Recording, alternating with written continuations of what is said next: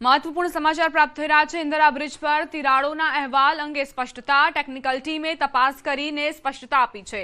Structural ક્ષતિ ન હોવાનું તપાસમાં ખુલાસો। આ બાબતે પાટનગર યોજના વિભાગ 3ના કાર્યપાલક ઇજનેર તથા પેટા વિભાગ 18ના નાયબ કાર્યપાલક ઇજનેર દ્વારા સંયુક્ત રૂબરૂ ચકાસણી કરાઈ હતી। વાસ્તવમાં જેને તિરાડ ગણવામાં આવી રહી છે તે કોઈ સ્ટ્રક્ચરલ ક્ષતિ નથી, પરંતુ બ્રિજના બે સ્પાન વચ્ચે રાખવામાં આવેલ એક્સપાન્શન જોઈન્ટ છે।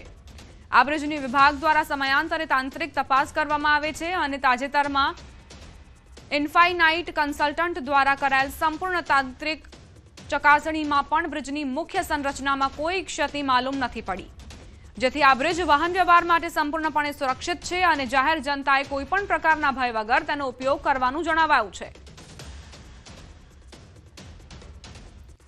અમદાવાદના ઇન્દિરા બ્રિજને લઈને એવી ચર્ચાઓએ જોર પકડ્યું હતું, એવા સમાચાર આવ્યા હતા, કારણ કે વાહન ચાલકો જ્યારે અહીંથી પસાર થઈ રહ્યા હતા ત્યારે તિરાડો જોઈને તેઓ ડરી ગયા હતા। પરંતુ હવે એવી જાણકારી પ્રાપ્ત થઈ છે કે આ કોઈ સ્ટ્રક્ચરલ ક્ષતિ નથી। બ્રિજના બે સ્પાન વચ્ચે રાખવામાં આવેલ એક્સપાન્શન જોઈન્ટ છે। આ બ્રિજની વિભાગ દ્વારા સમયાંતરે તપાસ પણ કરવામાં આવે છે અને તાજેતરમાં જ ઇન્ફાઇનાઇટ કન્સલ્ટન્ટ દ્વારા સંપૂર્ણ તાંત્રિક તપાસ કરવામાં આવી, ચકાસણી કરવામાં આવી, જેમાં બ્રિજની મુખ્ય સંરચનામાં કોઈ જ ક્ષતિ નથી માલુમ પડી, જેથી આ બ્રિજ વાહન વ્યવહાર માટે સંપૂર્ણપણે સુરક્ષિત છે અને જાહેર જનતાએ કોઈ પણ પ્રકારના ભય વગર તેનો ઉપયોગ કરવાનું છે।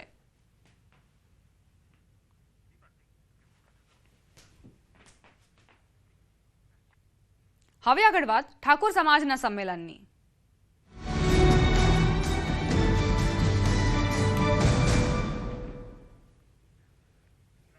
બનાસકાંઠા, વાવ, થરાદ અને પાટણ જિલ્લાના ઠાકોર સમાજ દ્વારા દિયોદર તાલુકાના ઓગળધામ ખાતે મહાસંમેલનનું આયોજન કરાયું છે। આ સંમેલનનો મુખ્ય ઉદ્દેશ્ય ઉત્તર ગુજરાતના ઠાકોર સમાજ માટે એક આધુનિક અને સર્વગ્રાહી સામાજિક બંધારણની રચના કરી અમલીકરણ કરવાનો છે। આ મહાસંમેલનમાં સમાજ સુધારણા અને કુરિવાજો નાબૂદી જેવા 16 જેટલા વિવિધ મુદ્દાઓ પર ગહેન ચર્ચા કરવામાં આવશે।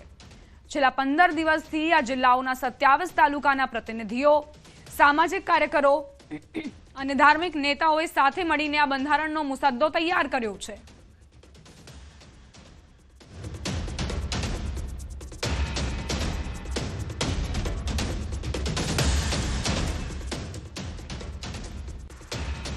દિયોદરમાં ઠાકોર સમાજનું આ મહાસંમેલન, જેમાં સમાજના નેતાઓની હાજરીમાં બંધારણ અંગે પણ ચર્ચા કરવામાં આવી, નવું બંધારણ જાહેર કરવામાં આવ્યું, 16 મુદ્દા સાથે સામાજિક કુરિવાજો પર લગામ લગાવવામાં આવશે।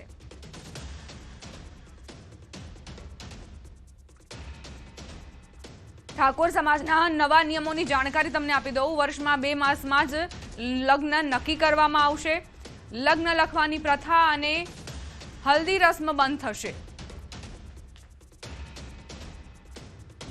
જાનમાં સનરૂફ ગાડી લઈ જવાશે નહીં, જે ખોટા ખર્ચાઓ છે તે બંધ કરવા માટે આ નિયમો ઘડવામાં આવ્યા છે।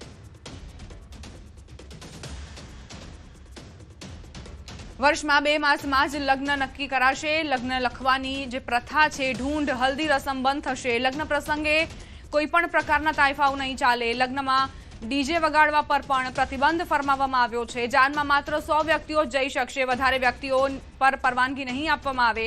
જમણવારમાં પણ સાદું ભોજન રાખી શકાશે। ઓઢામણા પ્રથા સદંતર બંધ કરાશે। વાસણ પ્રથા સદંતર બંધ કરવામાં આવી છે। ઠાકોર સમાજના નવા નિયમો ખરેખર બિરદાવવા લાયક। ડીજે વગાડવા પર પ્રતિબંધ એટલે ખોટા ખર્ચાઓ જે છે તે બંધ કરવા માટે સમાજને સંદેશ। મામેરામાં દાગીના કે વાસણ આપવાની પ્રથા બંધ। મામેરામાં 11,000 થી 1,51,000 સુધી આપી શકાશે। કન્યાના આંગણાનો પ્રસંગ પણ બંધ કરાયો છે। જન્મદિવસમાં જાહેર કાર્યક્રમો રાખવા નહીં તે પ્રકારની સૂચના આપવામાં આવી છે। પ્રેમ, લગ્ન, મૈત્રી કરારને સમાજ સ્વીકારશે નહીં। મામેરામાં દાગીના કે વાસણ લઈ જવાશે નહીં। મામેરામાં જે વાસણો આપવામાં આવે છે, ઘરેણાઓ આપવામાં આવે છે, તેના પર પ્રતિબંધ। છૂટાછેડા અંગે પણ નિયમોની જાણકારી આપવામાં આવી છે। મરણ પ્રસંગે ખીચડી અને કઢીનું જમણવાર રાખવામાં આવશે। છૂટાછેડા અંગે પણ નિયમો બનાવવામાં આવ્યા છે। મરણ પ્રસંગે ખીચડી અને કઢીનું જમણવાર રાખવામાં આવશે।